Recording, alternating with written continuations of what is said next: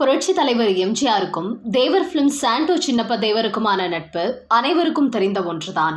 தேவர் முறையாக எம்ஜிஆரை வைத்து தாய்க்கு பின் தாரம் படத்தை தயாரித்து வெற்றி படமாக்கினார். ஆனால் முதல் படத்திலேயே சில கருத்து வேறுபாடுகளால் அவர்கள் பிரிந்தனர்.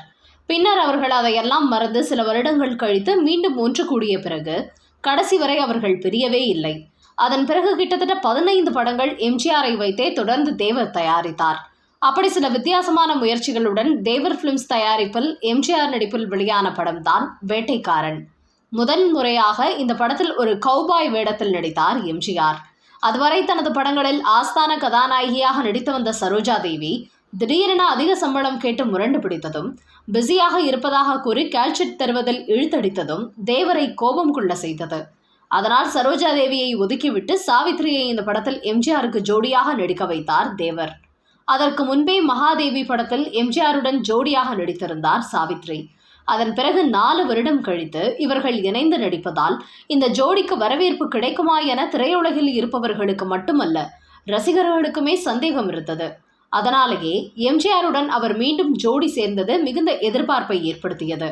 படமும் மிகப்பெரிய வெற்றியை பெற்றது. சாவித்ரியின் நடிப்பும் பேசப்பட்டது.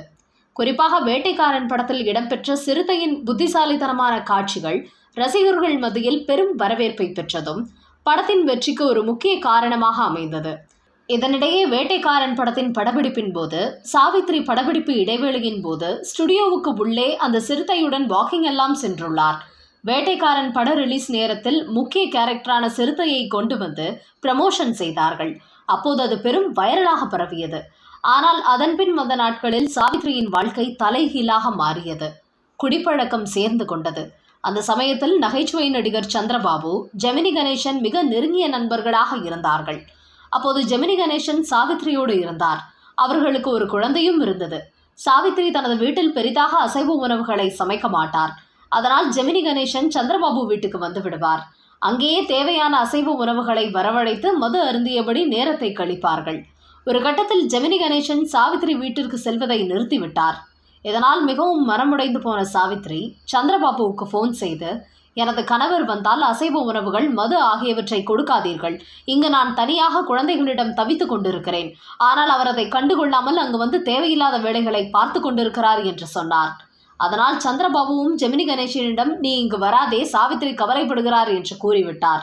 அப்படிப்பட்ட சாவித்ரியே ஒரு கட்டத்தில் மதுவுக்கு அடிமையாகும் சூழலும் அதற்கு சந்திரபாபு துணை போனதும் தான் காலத்தின் கோலம். அப்போது ஒரு முறை சந்திரபாபு ஜெமினியை ஒரு ஆங்கில படத்திற்கு போகலாம் என்று கூறி அழைக்க, எனக்கு படப்பிடிப்பு இருக்கிறது, நீ சாவித்திரியை அழைத்து கொண்டு போ, நான் படம் முடிந்ததும் பிக்கப் பண்ணி கொள்கிறேன் என்று கூறினார். அதன்படி சாவித்ரியையும் சந்திரபாபு வீட்டில் இறக்கிவிட்டு சென்றார்.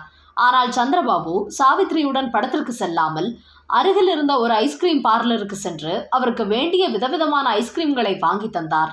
அதன் பிறகு சந்திரபாபு தேவையான சிகரெட்டையும் வாங்கி கொண்டு மீண்டும் சந்திரபாபு வீட்டிற்கு இருவரும் திரும்பி விட்டார்கள். அப்போதிருந்து அவர்களுடைய நட்பு நெருக்கமாக மாறிவிட்டது. இதெல்லாம் சந்திரபாபுவின் தம்பி பின்னாளில் அவரே சொன்ன தகவல்கள். அந்த சமயத்தில்தான் எம்ஜிஆர் வைத்து சந்திரபாபு மாடி வீட்டு ஏழை என்கிற படத்தை எடுக்கும் முடிவில் இருந்தார். அந்த படத்தில் எம்ஜிஆருக்கு ஜோடியாக சாவித்ரியை தான் கதாநாயகியாக நடிக்க வைக்கவும் அவர் முடிவு செய்திருந்தார். எம்ஜிஆருக்கு 4 லட்சம் சம்பளம் பேசப்பட்டு முன்பரமாக 25,000 கொடுக்க வேண்டிய தொகையை கூட சாவித்ரி தான் சந்திரபாபுவுக்காக கொடுத்தார். அந்த நேரத்தில் ஜெமினி கணேசனுக்கும் சாவித்ரிக்கும் பேங்கில் ஜாயிண்ட் அக்கவுண்ட் இருந்தது. இப்படி பணம் எடுத்த விவகாரம் ஜெமினி கணேசனுக்கு தெரிய வர அவர் சாவித்ரியிடம் கேட்க இருவருக்கும் வாக்குவாதம் ஏற்பட்டது. இதனால் டென்ஷன் ஆன ஜெமினி கணேசன் சந்திரபாபுவை சத்தம் போட்டார். ஆனால் சந்திரபாபு கேட்ட மாதிரி தெரியவில்லை. இது பற்றி சாவித்ரியும் பெரிதாக அலட்டிக் கொள்ளவில்லை. அதன் பிறகு ஜெமினி கணேசன் கொஞ்சம் கொஞ்சமாக சாவித்ரியிடமிருந்து ஒதுங்க துவங்கினார். தான் தேடிக்கொண்ட வாழ்க்கை துணை சரியில்லாத போது சாவித்ரி என்ன செய்வார் பாவம். ஒரு முறை இந்தோனேஷியா சென்றார் சாவித்ரி. அங்கே விருந்தளித்த அந்நாட்டு அதிபர் சுகர்தோ மது அருந்தபடி அவரை வற்புறுத்தினார். அதிபரின் விருப்பமாயிற்றே, மது அருந்தினார் சாவித்ரி. ஜெமினியை பிரிந்திருந்த காலகட்டத்தில் சந்திரபாபுவின் தோழமை சாவித்ரிக்கு ஆறுதல் அளித்தது. ஒரு பக்கம் சந்திரபாபு தனது பணத்தை இழந்து பட வாய்ப்புகளை இழந்து வறுமையில் வாடினார். வசதியாக மகாராணி போல வாழ்ந்த சாவித்ரிக்கும் இன்னொரு பக்கம் வறுமை சூழ்ந்து கொண்டது. வறுமை வருத்தெடுத்த நிலையிலும் கூட தன் ரசிகர் ஒருவரின் அவசர தேவைக்காக தான் பெற்ற ஷீல்டுகளை எல்லாம் சேட்டுக்கடையில் விற்று 10,000 தந்ததாகட்டும், விலை உயர்ந்த பட்டு சேலையை விற்று டிரைவரின் மகள் திருமணத்துக்கு உதவியதாகட்டும், அத்தனை தயால குணம் சாவித்திரிக்கு. இடது கை பழக்கமுள்ள சாவித்திரியை வள்ளல் என்று சொன்னால் மிகையாகாது. தன்னுடன் கதாநாயகியாக நடித்த சாவித்திரிக்கு உரிய விதத்தில் எம்ஜிஆர் ஏன் உதவவில்லை என்று சிலர் நினைக்கலாம்.